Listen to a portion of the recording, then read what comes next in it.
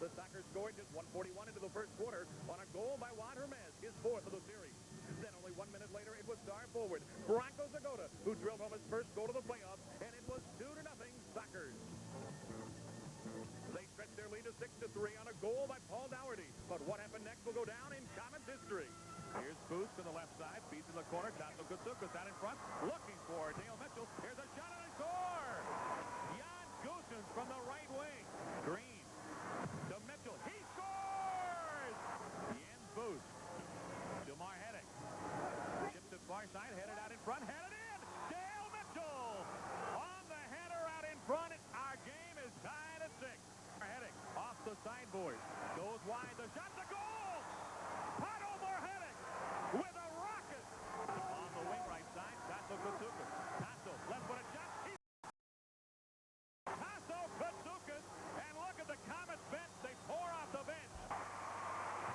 So another shot and a goal. Jens Booth. After scoring 6 goals in less than 11 minutes for a 9-7 victory, the Comets' confidence level is soaring. And tonight in Game 4, they'll try to end this best-of-5 series by sweeping the defending champions in their own arena. Live from the Sports Arena in San Diego. Hi again, everybody. I'm Kevin Wall, along with former Comets team captain Clive Griffiths. And tonight, an important game for both teams. It could be over for the 5-time indoor champions, San Diego Sockers. That's correct, Kevin. The Comets got an excellent opportunity here to take the series. But don't forget, San Diego are a very, very formidable opponent. All week long, we've been hearing in the media up here in San Diego about the discontentment in the San Diego organization at this point. I think that's going to give our guys a lot of confidence. I think the psychological battle is probably over as far as the Comets are concerned. I think they definitely have an advantage there. But remember, this is the same San Diego team that faced a similar situation last year in the playoff series against Minnesota. They were down 3-1 and came back to take the series. But still, an excellent opportunity for the Comets tonight. You know, the Sockers could well be wary of Kansas City. You look at the scoring leaders, the statistical leaders in the playoff series, and you look at that. Goossens, Marhedik, Mitchell, Kutsukas, nobody from San Diego is in that top 4. Meanwhile, the stats for the series, I'd have to think one key ingredient, the power play statistics, 6 of 10 for Kansas City. Yeah, they've done a tremendous job, Kevin, and I think all season long the power play has been very, very effective. And every time they go out there, they're looking like they're going to score a goal, and that's a great situation for Dave Clements, the coach. All right, let's take a look at the remaining playoff picture. Tacoma and Wichita, that series is over. The Stars won it 3-2. The winner of the Kansas City-San Diego series plays the Tacoma Stars. In the Eastern Division, Cleveland and Minnesota. That series tied at 2 games apiece. Game 5 coming up on Tuesday. Baltimore and Dallas. Dallas an important overtime win over Baltimore this afternoon. Baltimore still leads that series 2-1. So there you have it. The playoff situation is set. The Comets with an opportunity to close down the 5-time indoor champion San Diego Sockers.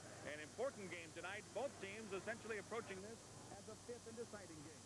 Yeah, no doubt about it, Kevin. Again, you know, there is concern in the San Diego camp, but the Comets just with an excellent opportunity here. You look on the guys' faces as they came in the stadium tonight. They're very tense. They understand the task that is ahead of them, and they realize what a big game this is going to be. They don't want to go back to Kansas City on Wednesday and play the game.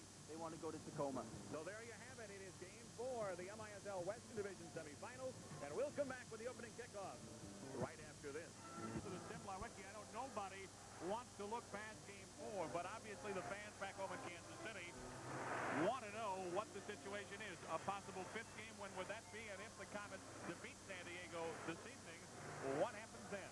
Well, if we defeat San Diego this evening, Kevin, we come home at 12:30 tomorrow at the Eastern Terminal. We're in for the... We'll play in Tacoma. We play Tacoma Wednesday, Friday. We will come back for Game 1 on Sunday. Anyone that purchased tickets at the outlet for the 5th game could redeem them for Game 1 plus an extra $1. All right, Tim, we will talk with you a little bit later on in the telecast about that very situation. We're ready to kick it off. The referees, Marty Templin, Herb Silva, and we are underway. Brian Quinn off the kickoff across the midfield line. Ahead it comes. Julie Beat poked away from him by Ian Frazier. As you look at this series, very, very important, the fact that Kansas City has held down the Big Two, if you will. Here's Alan Mayer knocking the ball away. Here comes Crow to Zagota. He scores! Rocco Zagota from Kevin Crow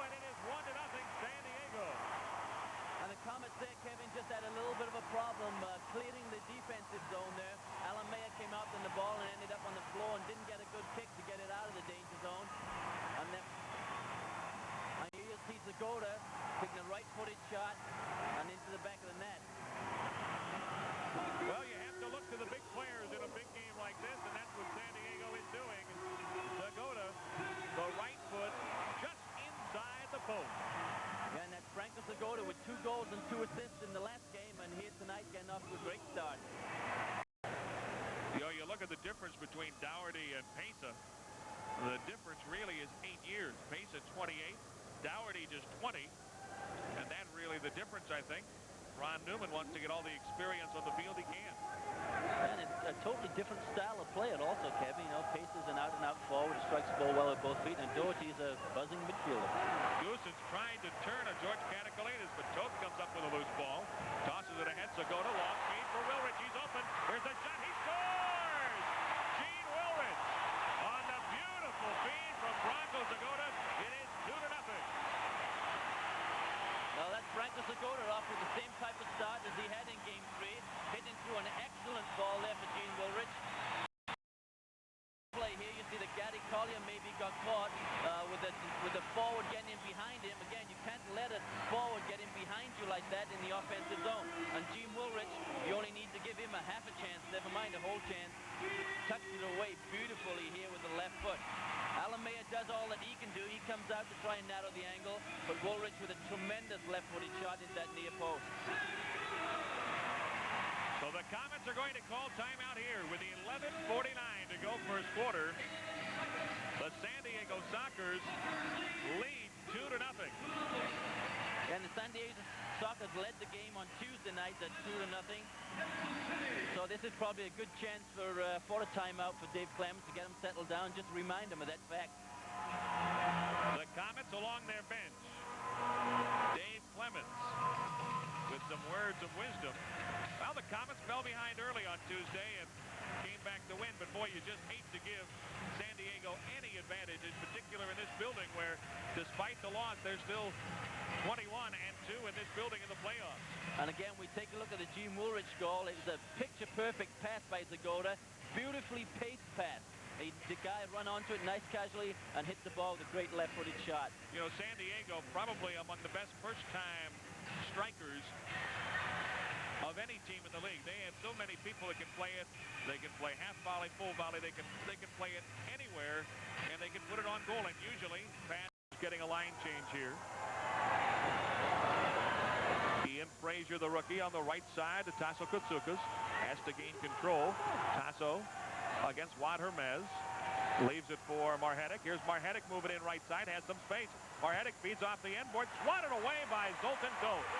Good idea by Pato Marhetic to play it off the board, but I think Zoltan Toth had it read. Now Namdar with under a minute to go in the first quarter, and the Sockers leading 2-0. George Katakalitis to Crow. His pass blocked by Tasso Koutsoukas. Crow gets it back. Now 36 seconds to go. Long toss into the midfield. Hugo Perez. Comets have to be careful of the 6th foul. Perez feeds far side to Pesa. By Cacho. And it's dumped all the way back into the midfield. 22 seconds to go. We are in the first quarter at the Sports Arena in San Diego. Hugo Perez dribbling into the Kansas City zone. Perez steps on it with 10 seconds to go. Now dumps it near side to Pesa with 5 seconds to go. They feed to Hermes, tries to turn. He does a shot. Oh, and Alan Mira, brilliant save. As the horn sounds ending the first quarter. So I score at the end of one. The defending MISL champion San Diego Sockers 2. The Comets nothing. Back to the second quarter after this. Sandwich between Ladouceur and Wilrich. Third foul against San Diego. Comets still playing with confidence. Pretty obvious foul against Wilrich. 3 against the Sockers, 2 against Kansas City. Marhetic will play it in. Marhetic plays it out. Ian Frazier, right-footed drive. He scores, but they're saying no goal. No goal call by Herb Silva. I can't wait to see what he called on this one, Kevin. It looked perfect to me. They're ruling a pushing call. They move it upfield. Marhetic fed to Frazier, but they rule that Toth was knocked down by somebody. If he was knocked down by anybody, Kevin, I want to know who by. Now Collier chips it into the San Diego zone, headed out by Toth. Nice play defensively by Zoltan Toth. Now here's Perez with some space outside the D. The shot wide of the net. And Wilrich was looking for the tip in. Here's Perez again to the D. Far side, Zagota. Rocco Zagota crosses it near side. Wilrich, here's B. The shot. He scores! Julie V.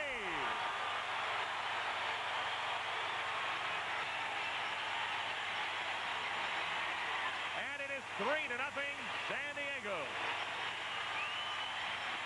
San Diego shown a lot of patience pushing the ball around before Julie V actually before it was actually Woolrich that pushes it back to V, and he hit it, and if I'm not mistaken, that probably went through Alan Mayer's legs. And we'll take another look at it right here. Ball comes across from Segota to Woolrich.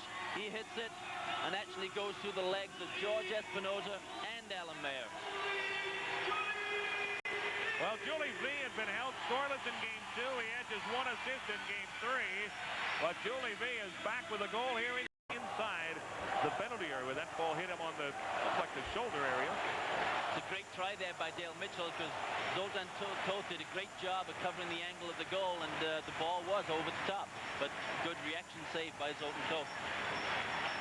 Game 5, if needed, Wednesday night at Kemper Arena. Hope you'll be there. Marhetic chips it off the glass out in front. Here's Mitchell trying to get a shot away. He was stuck. And the Sockers come running 3-on-2. Zagota bumping in the midfield. Beats to Quinn. He shoots. He scores! Brian Quinn. And it is 4-0.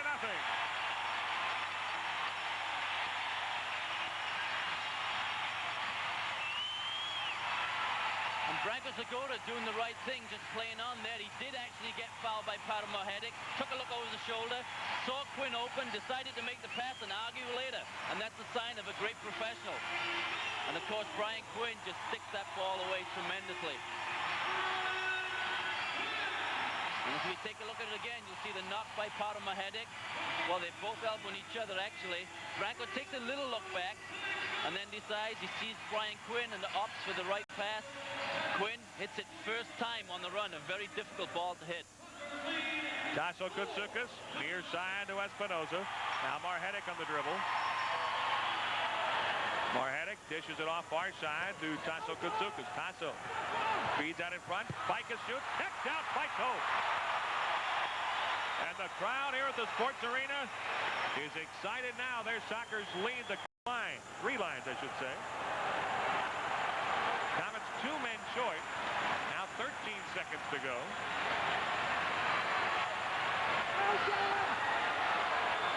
Into the corner.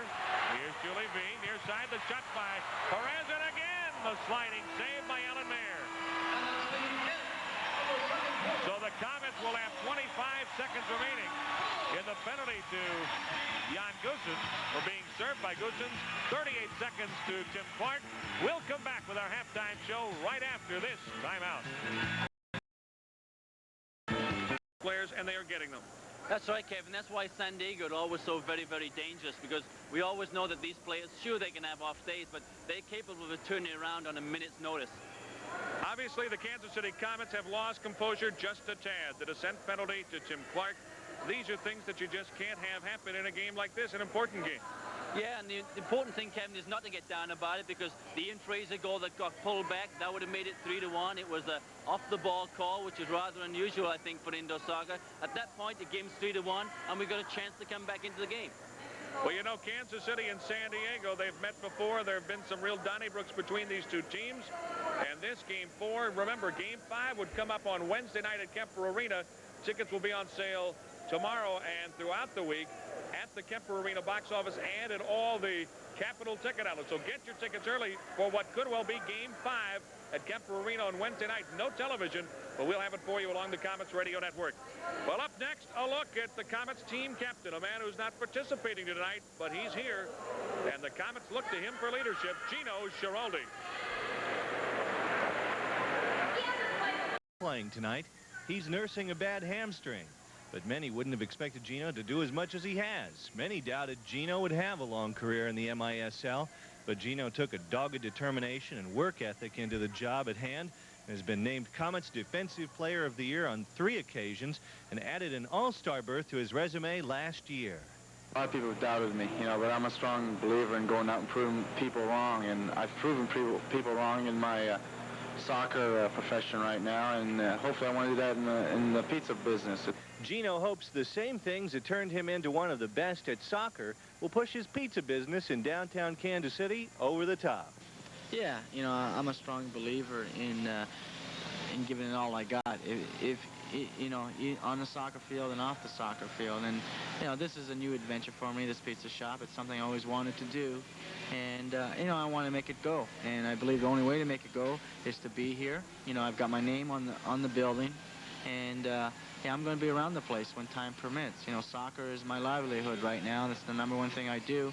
So any type of free time I've got, I'm down here in the shop, and I'm always with the customers, asking them how's the pizza or the sandwiches or whatever, and just be sociable with them. Gino does it all. He plays rugged defense, makes pizza, performing even the most menial jobs, whatever it takes to make it work. We got swamped on deliveries. I had to go out and help my delivery boy make deliveries, and knocked on this one door out in the northeast section, which is the Italian section. Knocked on the door, and a 12, 13-year-old girl answers the door, and here I am standing with my pizza, and she yells back to her mom in the kitchen. She says, "Ma, it's Gino Schiraldi," and you could hear her mom like coming towards the door, but I couldn't see her yet because of their hallway, the way it was designed. But pizzas, just as she finished her last sentence, she goes, "Oh my God, it is Gino." And I mean, she drags me in. She wanted me to stay for dinner. I just couldn't stay for dinner. I had to get back to the shop. But they find it, and then the same thing happened. Next week, the same lady called and asked, personal requested that I deliver her pizza out there. Gino has a reputation around the league for occasionally being just a tad bit of a dirty player. When the going gets tough, the tough get going. But that's something that Gino leaves on the field. I'm not a dirty player. There are times where I've been caught on the field being a dirty player, but when it comes to my pizza business, I believe in cleanness, and the health department was in here the other day, and they wanted me to wear a hairnet. I refused, so I borrowed Alan Mayer's helmet. So I will put this helmet on when I make pizza, so the health department won't hassle me about it. Overcoming the odds is Gino's specialty. It's a role he handles easily.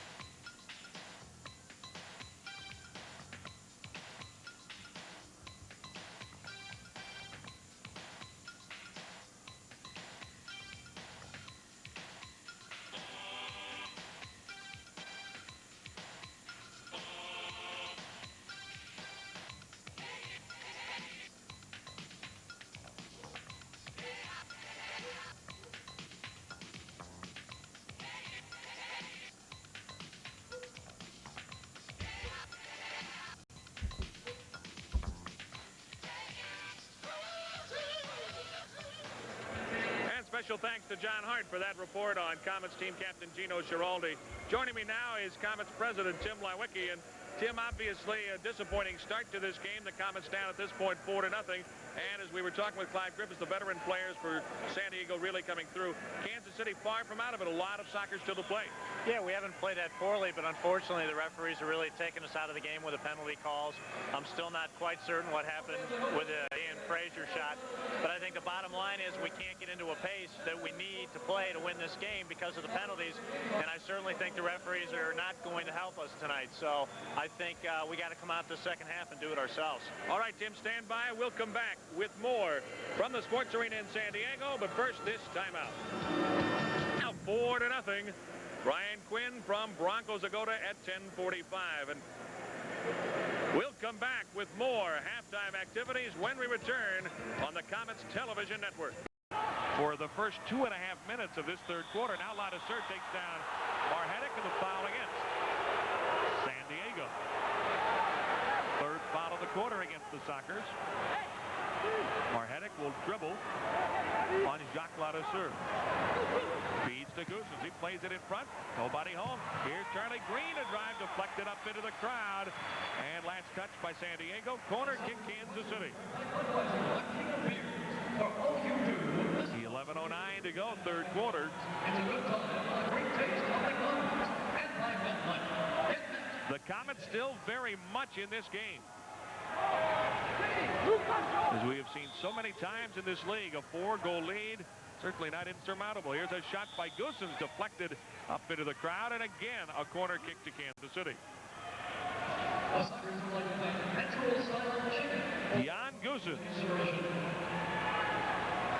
Well, what an addition he has been. A lot of people said up in Minnesota that perhaps Goossens was on the downhill slide. Here's Cacho firing it to Goossens. He scores! Well, Jan Goossens responding with another goal, and it's 4-1 San Diego.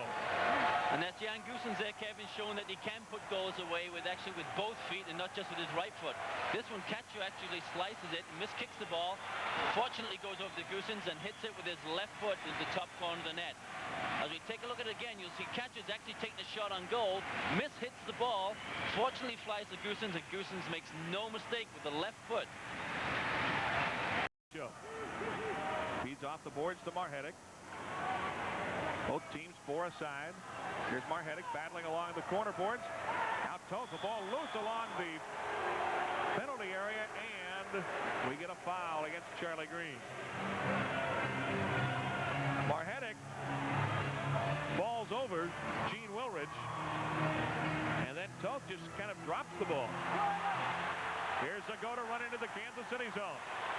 Near side, Ladouceur. His shot deflected high in the air. Rebound headed towards the Kansas City goal. And Alan Mayer the stop again. Mitchell. Long feed up into the penalty box. And we will get a kick-in coming up. 7:39 to go, third quarter. And officials timeout coming up here. With high score, the San Diego Sockers 4 and the Comets 1. We'll come right back. On hand at the Sports Arena in San Diego. The word on Hugo Perez is that he is having his shoulder wrapped along the bench area. Zoltan Toth. Long toss into the midfield. Nobody home. Comets have it, and they'll counterattack the other way. Goossens has Cacho with him. They were looking for Cacho on the right side. Now Frazier with it. Ian Frazier. Dishes it off left side to Goossens. Back to Frazier. Now Goossens will set up in the box. Here's Mitchell. Cutting it to the middle. Knocks it out in front. Headed just high over the crossbar as he chipped it on the header over Zoltan Toth. Oh, what a play by Jan Goossens, and it was just over the crossbar. And he certainly looked as if he knew exactly what he wanted to do there, Kevin. That wasn't just a head and a hope. He knew exactly where Toth was and tried to dip it over the top. Hermes to Crow. He's open. He shoots. He scores! Kevin Crow from Juan Hermes. And it is now 5-1 San Diego. Kevin Crow, I think, has been threatening to do that against the Comets for the whole series. He's so strong when he comes forward. He's such a fast runner. Here you see him play the ball in. He gets a 1-2 back off Hermes. Ian Frazier battling, trying to get it inside. But unfortunately got caught the wrong side of Kevin Crow on the run, and he finishes it tremendously with a left-footed shot. Kevin Crow so strong in a situation like that. Frazier was all over him but couldn't get a foot on the ball. comes off. Well, we know how well San Diego plays the super power play, Kevin. Now we'll get a chance to see how they defend against it. I like this move from Dave Clements. Marhetic to Tasso. He blasted it off the post. Now Marhetic with it. On the dribble. Long feed. Right side to Goosen. Front. And the ball is cleared back into the midfield. So that'll do it in the third quarter. And I score. The San Diego Sockers 5. The Comets 1. Back after this. Marhetic. Right-footed shot blocked by Jacques Ladouceur. Now Jens Boost towards the corner. Leaves it for Mitchell. Marhetic on the left side. 27 seconds to go with the power play. Marhetic to Jens Boost. He'll shoot it. He scores! Jens Boost, a power play goal. And that makes it 5-2. But still a standing O for the no-goal patrol. Yeah, if you take a look at the replay, you see Pat on Marhetic playing a fine ball across the Jens. Again, it's a perfect ball. You always like a shot where you're running onto it to get all your power behind. And it's Fernando Clavillo, I believe, made a desperate tackle at the end there, but fortunately couldn't get his foot on it, and actually goes in the far post, and Zoltan Toth had already committed to the near. Jens Boost scoring his second of the playoffs. Marhetic, the birthday boy, on the assist. Tackle by Timmy Clark. Ball centered, controlled by Toth with 1:19 to go. Julie B comes off the field. Pesa, along with Wilrich, come on. They find Pesa coming off the bench area. He fired it, and Alan Mayer deflected it. He may have taken that one in the head. Yeah, I think Tacho on the run. That came off the helmet of Alan Mayer. Bonchek on the left side of the San Diego zone. Under a minute to go. 5 seconds left to the penalty. Tim Clark feeds to Cacho, who knocks it high into the air, comes down and into the penalty area. And with 40 seconds left, the penalty has expired.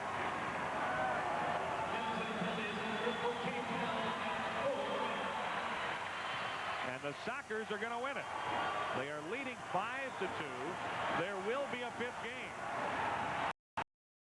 The crowd of the sports arena on its feet for their hometown Sockers.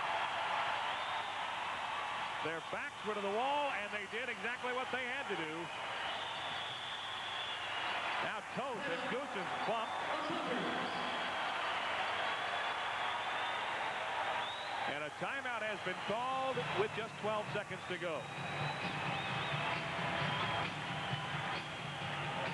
And of course, this may be in retaliation for what happened in game number 3, where the Comets called timeout with 17 seconds left. But that margin was only 2 goals at the time, and here the Sockers are on top by 3. So you can bet the Comets will be on top of their game Wednesday night.